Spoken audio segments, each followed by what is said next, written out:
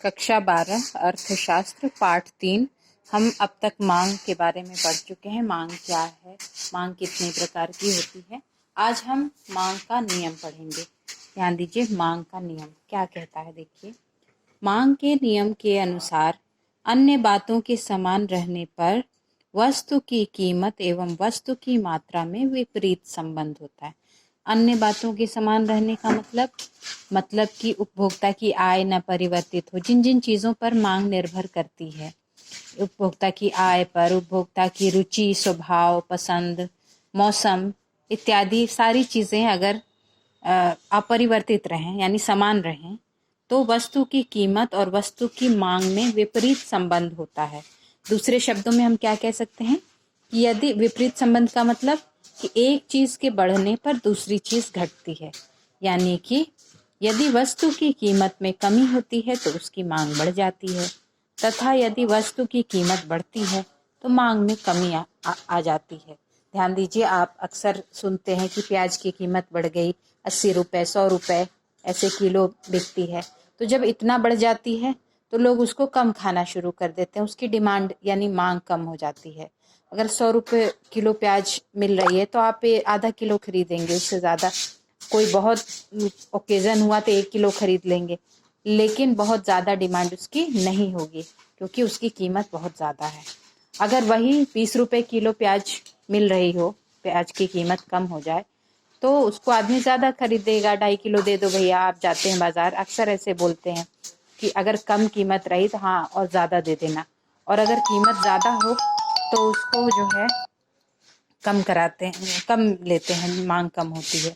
तो यही इसको हम समीकरण रूप, इसको हम मांग का नियम कहते हैं, और समीकरण के रूप में इसको हम लिख सकते हैं P is equals to 1 upon P is proportional to 1 upon Q, यानी कि P यानी कि वस्तु की कीमत और Q यानी कि वस्तु की मांगी गई मात्रा। एक बढ़ेगा, अगर P बढ़ता है तो Q घटेगा। ध्यान दीजिए, इसीलिए इसको कहते हैं विपरीत संबंध इसमें पाया जाता है, क्योंकि एक के बढ़ने पर दूसरा घटता है। और अगर प्राइस कम हुआ तो मांग ज़्यादा, प्राइस बढ़ा तो मांग कम। तो ये कहलाता है हमारा मांग का नियम। इसको लिख के, जैसे मैंने लिखा है, इसको आप याद करिएगा। अब देखिए, जैसे हर नियम के अपवाद होते हैं, कुछ ऐसी बातें हैं जो कुछ इसके भी अपवाद हैं, जो कुछ वस्तुएं इस मांग के नियम के अनुसार ये नियम नहीं मानती हैं, नहीं फॉलो करती हैं। वो क्या क्या चीज़ें हैं, देखिए नियम के अपवाद क्या क्या हैं, ध्यान दीजिएगा। पहला अपवाद है कि भविष्य में कीमत वृद्धि की संभावना। अगर आपको भविष्य में ये पता चले, मान लीजिए कि अब आगे चावल का दाम बहुत बढ़ने वाला है, तो आप क्या करेंगे? इस समय जो रेट मिल रहा है, जो भी रेट मिल रहा है, उसको ज़्यादा से ज़्यादा खरीद के रख लेंगे। या अगर पता चल जाए कि आलू बहुत महंगा होने वाला है, तो अगले 2 दिनों में, 3 दिनों में, तो हम पहले ही उसको खरीद के उसको स्टोर कर लेंगे, रख लेंगे। प्याज हुआ, और भी बहुत जो ज़रूरत वाली चीज़ें रहती हैं, अगर उनकी उम्मीद रहती है कि अगर उनकी भविष्य में कीमत और बढ़ने वाली है, तो हम उसको पहले ही खरीद के स्टोर कर लेते हैं। तो ये आप ध्यान दीजिए कि उस समय ये नियम नहीं लागू होता है। कीमत कितनों भी रहे, आदमी उसको जब और बढ़ने की संभावना है तो उसको जो है खरीद के स्टोर कर लेता है।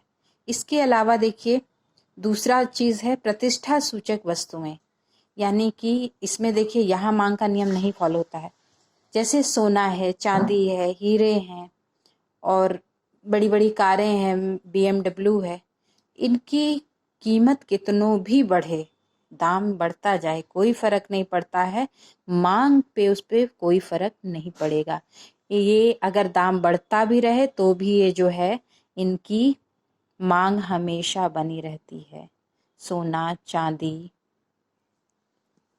हीरा, महंगी कारें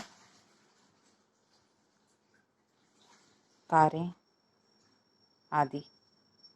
ठीक है, तो ये नहीं फॉलो करती हैं ये मांग का नियम। तीसरी बात है गिफिन वस्तुएं।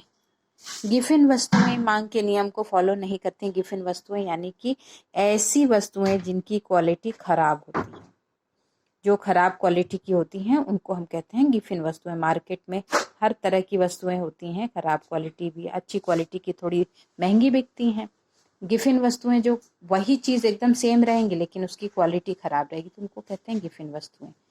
अगर गिफिन वस्तुओं की कीमत कम हो जाए तो भी उनके मांग में कोई फर्क नहीं पड़ता है। तो ये इस नियम के अपवाद हैं। ये आप लिख लीजिएगा, नोट्स बना लीजिएगा। आगे की बात हम अगले वीडियो में करेंगे। धन्यवाद।